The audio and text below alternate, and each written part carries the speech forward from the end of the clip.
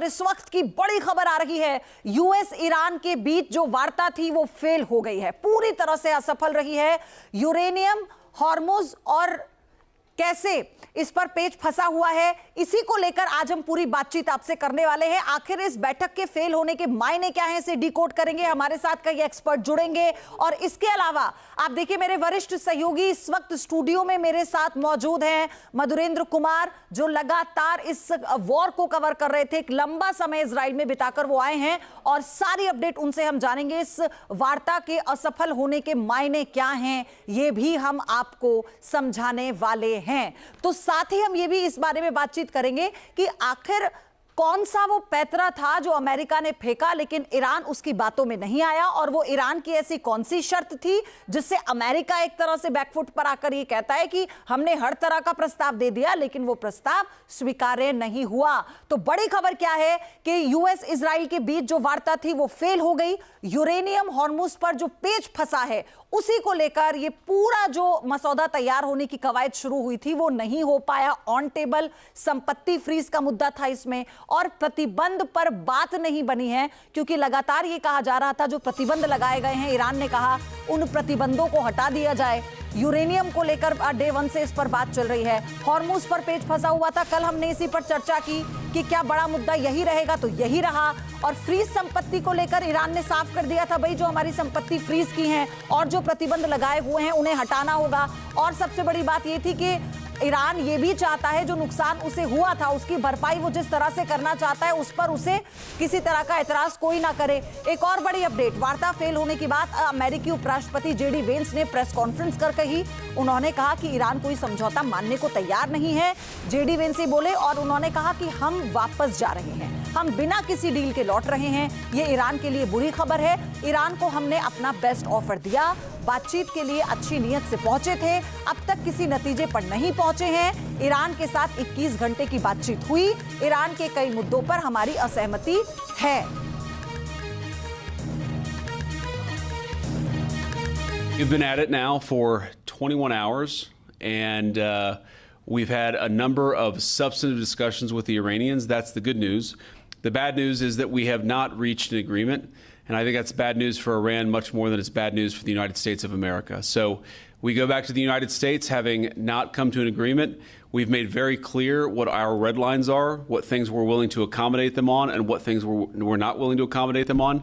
And those issues, Jen, and we talked about a number of issues beyond that. And so certainly those things came up. But again, we just could not get to a situation where the Iranians were willing to accept our terms. I think that we were quite flexible, we were quite accommodating. The president told us you need to come here in good faith and make your best effort to get a deal. We did that, and unfortunately we weren't able to make any headway. तो बड़ी खबर यह है कि वार्ता fail होने के बाद ईरानी डेलीगेशन पाकिस्तान से रवाना हो चुका है। अमेरिका से वार्ता बेनतीजा होने के बाद ईरान का बयान भी आ गया। ईरान ने कहा कि वार्ता से हटने के लिए यूएस बहाना ढूंढ रहा था, अमेरिका के साथ आगे बातचीत की योजना नहीं है, ये ईरान ने साफ कर दिया। वार्ता से जानबूझकर पीछे हटा है अमेरिका, 4 मांगों पर हमारे बीच बात नहीं बनी। यानी ईरान का जो डेलीगेशन है वो भी वापस रवाना हो चुका है पाकिस्तान के इस्लामाबाद से। हॉर्मुज पर अमेरिकी शर्तें मंजूर नहीं है। ईरान ने ये कह दिया कि जो अमेरिका की शर्तें हैं, 4 प्रस्ताव थे जिस पर सहमति नहीं थी, उसमें पहली बात ये थी हॉर्मुज पर जो अमेरिका ने शर्तें रख दी हैं वो मंजूर नहीं की गई हैं। एक और बड़ी खबर यह है कि अमेरिका के साथ वार्ता फेल होने पर सैयद मोहम्मद ने अमेरिका की नीयत पर सवाल उठाए हैं। ईरान के साथ वार्ता को लेकर गंभीर नहीं था ट्रंप प्रशासन। ये बड़ी अपडेट इस वक्त आपको ये बता रहे हैं। उन्होंने कहा कि आप देखिए Trump regime wasn't seriously negotiating। उन्होंने कहा कि ये ऑब्वियस था और इसीलिए ये लग रहा है कि वो लोग सीरियस नहीं थे, वो नहीं चाहते थे इस वार्ता को सफल बनाना और इसीलिए ये हुआ है। एक और बड़ी अपडेट, वार्ता फेल होने से जुड़ी एक बड़ी खबर आ रही है। मिडिल ईस्ट में फिर से जंग शुरू होने की आशंका बढ़ गई है। अमेरिका के मिलिट्री कार्गो प्लेनों ने उड़ान भरी है, ये बड़ी अपडेट है। मिडिल ईस्ट की ओर रवाना हुए हैं अमेरिका के विमान। हालांकि ये वो विमान है जो पूरी तरह से तैनात थे। ये कहा जा रहा था डोनाल्ड ट्रंप की तरफ से कि उनकी तैयारी पूरी है बैकडोर से। अगर वार्ता सफल नहीं होती है तो फिर ऐसे ऐसे हथियारों का इस्तेमाल होगा जिसकी कल्पना नहीं की गई होगी और जिनका इस्तेमाल इतिहास में कभी नहीं हुआ। लेकिन क्या कोई बैक चैनल अभी भी है जो इस वार्ता को आगे बढ़ाए? अभी तो फिलहाल पूरी तरह से अब इस पर क्वेश्चन मार्क लग चुका है। ये असफल हो चुकी है वार्ता और ईरान का स्टेटमेंट बहुत बड़ा है जिसमें ईरान ये कहता है कि अब आगे की कोई योजना बातचीत की नहीं है। तो पाकिस्तान में ईरान और अमेरिका के बीच चल रही बातचीत बेनतीजा रही। ये बैठक 21 घंटे से ज्यादा समय तक चली। रिपोर्ट्स के मुताबिक दोनों के बीच हॉर्मुज खोलने और न्यूक्लियर प्रोग्राम पर पेच फंसा है। वेंस अब अपनी टीम के साथ अमेरिका के लिए रवाना हो चुके हैं। देश लौटने से पहले वेंस ने प्रेस कॉन्फ्रेंस की।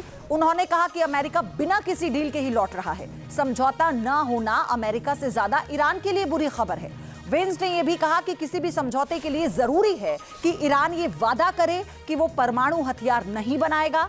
अमेरिका की शर्तें स्पष्ट थी लेकिन ईरान ने उन्हें नहीं माना। वहीं ईरान ने कहा कि अमेरिका की शर्तें जरूरत से ज्यादा सख्त थी, इस वजह से समझौते का रास्ता नहीं निकल पाया। यानी दोनों अपनी अपनी बातें कहकर इस्लामाबाद से रवाना हो चुके हैं, ईरान का डेलीगेशन भी और अमेरिका का डेलीगेशन भी। क्या अब आगे कोई योजना बनेगी, कोई बैक चैनल ऐसा बनेगा जिससे ये वार्ता आगे हो सके? तो ये वार्ता फेल हुई तो क्या बारूदी खेल फिर से शुरू होगा? तो आप समझिए कि खबर क्या है। बहुत जरूरी, बहुत महत्वपूर्ण खबर है ये अब तक की। इस्लामाबाद में करीब 21 घंटे की वार्ता हुई। हॉर्मुज स्ट्रेट पर नियंत्रण को लेकर जो पेच था वो फंस गया, जिसकी आशंका थी।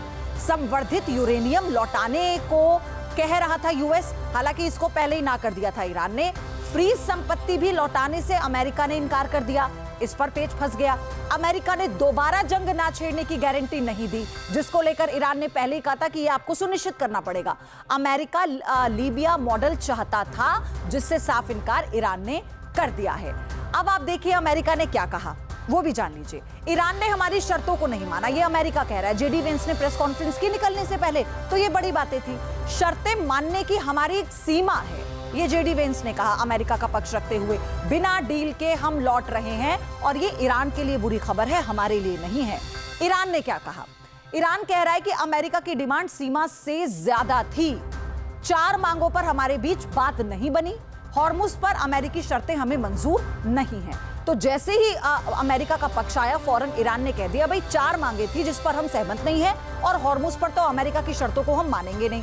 हालांकि ये बात जो है ईरान पहले भी कह चुका था। तो यही संभावना थी, जब कल हम आपसे एक्सपर्ट के सामने बात कर रहे थे तो यही सारी बातें जताई जा रही थी कि हो सकता है कि ये 2 दिन चले ही ना। 21 घंटे वार्ता चली लेकिन 2 दिन जैसा कोई सीन आगे नजर नहीं आ रहा। एक और बड़ी खबर, ईरान को डेलीगेशन पर हमले का डर है। ये बड़ी अपडेट है। पाकिस्तान से रवाना हुए डेलीगेशन पर हमले का डर है। ये बड़ी जानकारी इस वक्त आपको हम दे रहे हैं क्योंकि इस वार्ता के बाद इस्लामाबाद से दोनों डेलीगेशन, ईरान का और अमेरिका का, दोनों रवाना हो चुके हैं अपने अपने वतन। लेकिन ईरान की तरफ से कह दिया गया कि भाई हमारे डेलीगेशन पर हमले का डर है।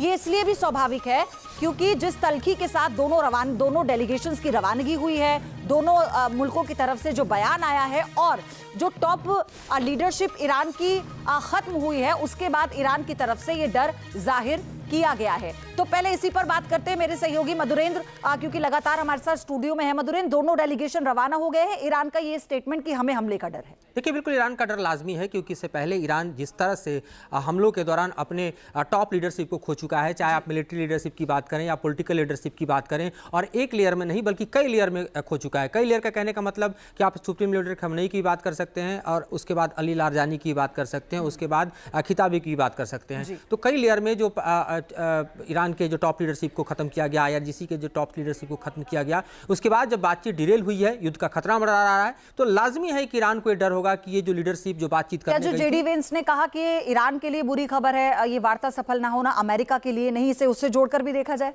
देखिए, जो डैमेज है वो दरअसल सीधे सीधे ईरान को है और जो डैमेज है वो थोड़े बहुत आप देखें तो आपको मिडिल ईस्ट देशों के साथ साथ इजराइल का है। अमेरिका का इकोनॉमिक डैमेज है कि अमेरिका इस युद्ध में अपने पैसे लगा रहा है, अपने एसेट्स लगा रहा है, अपने मिलिट्री एसेट्स को जो है वो यूज कर रहा है। लेकिन अगर आप देखें तो ये युद्ध अमेरिका की जमीन पर नहीं लड़ी जा रही है, ये युद्ध ईरान की जमीन पर लड़ी जा रही है। और ईरान जो बैकफायर कर रहा है, ईरान जो इस युद्ध में है वो टारगेट अमेरिका के एलाइज को कर रहा है, वो सीधे सीधे अमेरिका की जमीन को नहीं कर रहा, अमेरिकी एसेट्स को कर रहा है और इजराइल को कर रहा है। लिहाजा अगर बड़ा नुकसान कहीं दिखाई देगा तो जेडी वेंस इसमें सही कह रहे हैं, कोई ईरान को होगा। अगर युद्ध फिर से शुरू होता है तो नुकसान किसका होगा? जाहिर तौर पर ईरान का अच्छा, होगा। मैं आगे बढ़ूं मधुरेंद्र, मैं आपसे ये जानना चाह रही थी कि हमने बयान सुन लिया अमेरिका का, जेडी वेंस ने बता दिया, ईरान ने अपनी बात रख दी, दोनों मुल्कों ने रख दी, पाकिस्तान की तरफ से कोई रिएक्शन नहीं आया। क्या ये ऐसे मौके में जरूरी नहीं है कि जो मध्यस्थता कर रहा था, जिसकी सरजमीन पर ये बैठक हुई, कि वो बताए तो सही, भाई उसके प्रतिनिधि भी तो इस बैठक में थे और ये ट्राइलेटरल बातचीत थी, बायलेटरल तो थी नहीं।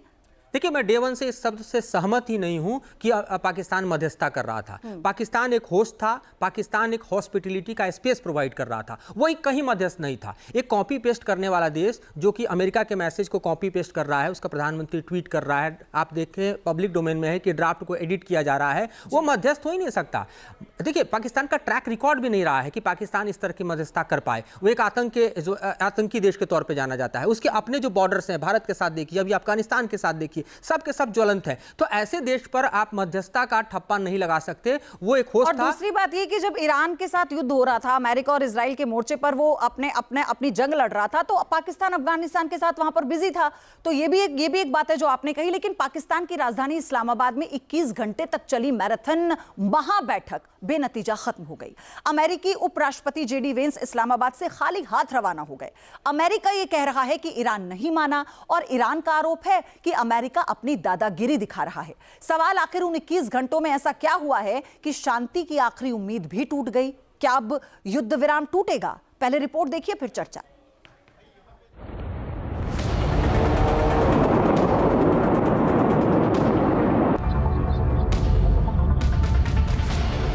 इक्कीस घंटों की मैराथन महाबैठक बेनतीजा खत्म। अमेरिका और ईरान के बीच बातचीत फेल।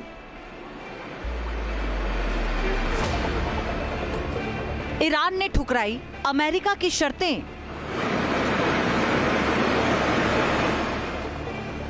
क्या बातचीत की टेबल पर एनरिच्ड यूरेनियम बना रोड़ा?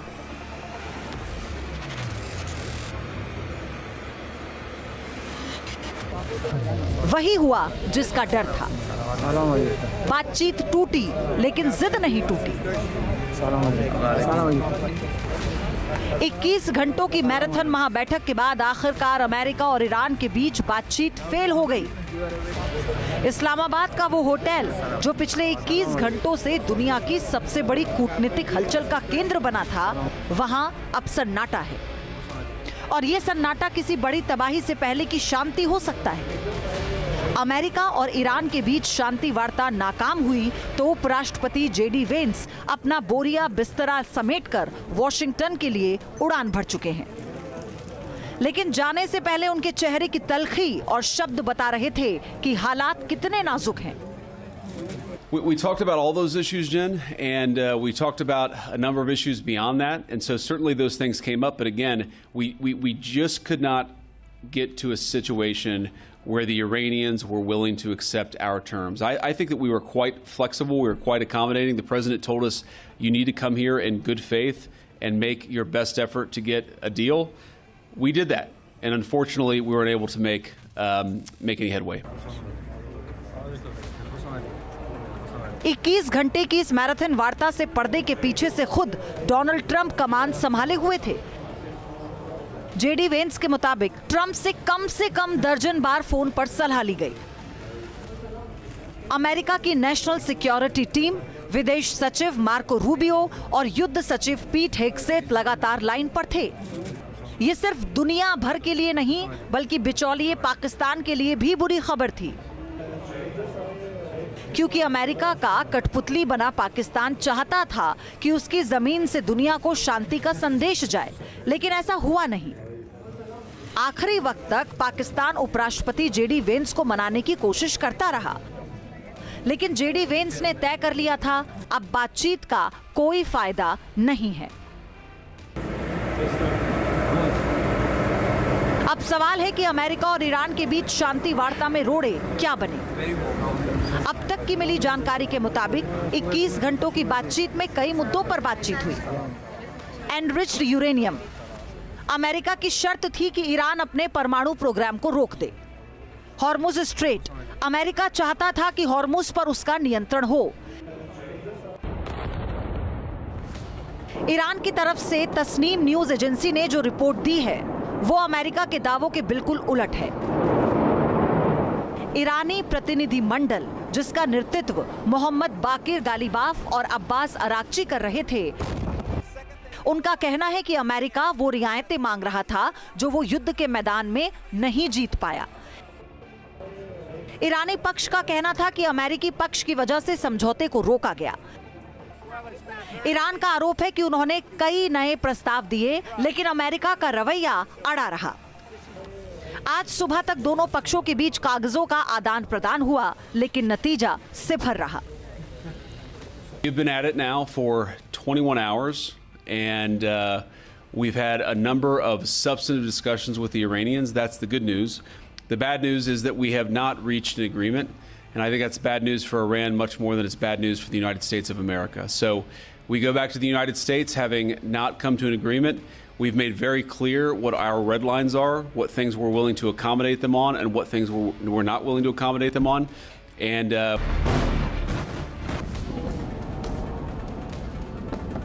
पाकिस्तान में मौजूद ईरानियन मीडिया फार्स के रिपोर्टर को बातचीत का हिस्सा रहे करीबी सूत्र ने बताया, अमेरिकी टीम बातचीत की मेज छोड़ने के लिए बहाना तलाश रही थी। अमेरिका को अपनी खोई छवि को बहाल करने के लिए बातचीत की जरूरत थी। ईरान के पास फिलहाल अगली दौर की वार्ता के लिए कोई योजना नहीं है। इधर अमेरिकी टीम रवाना हुई, उधर ईरानी टीम भी पाकिस्तान छोड़कर ईरान के लिए रवाना हो चुकी है। बहरहाल ईरान की तरफ से साफ हो चुका है कि अब बातचीत का कोई इरादा नहीं है। हालांकि अमेरिका और ईरान के बीच 2 हफ्ते का युद्ध विराम जारी है। 8 अप्रैल से शुरू युद्ध विराम 22 अप्रैल को खत्म होगा। इन 2 हफ्ते के दौरान दोनों पक्षों के बीच एक बार फिर बातचीत का मौका है। अमेरिकी उपराष्ट्रपति जेडी वेंस ने भी कहा कि उन्होंने शर्तें बातचीत की टेबल पर छोड़ दी।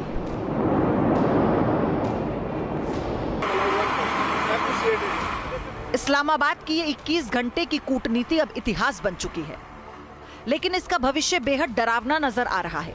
एक तरफ अमेरिका की लास्ट एंड बेस्ट ऑफर की डेडलाइन है, तो दूसरी तरफ ईरान का अधिकारों से समझौता ना करने की जिद। बीच में फंसा है पाकिस्तान, जिससे बिचौलिए की भूमिका भी छीन ली है। सवाल है कि क्या एक बार फिर महायुद्ध का इंतजाम हो गया है? Team news nation.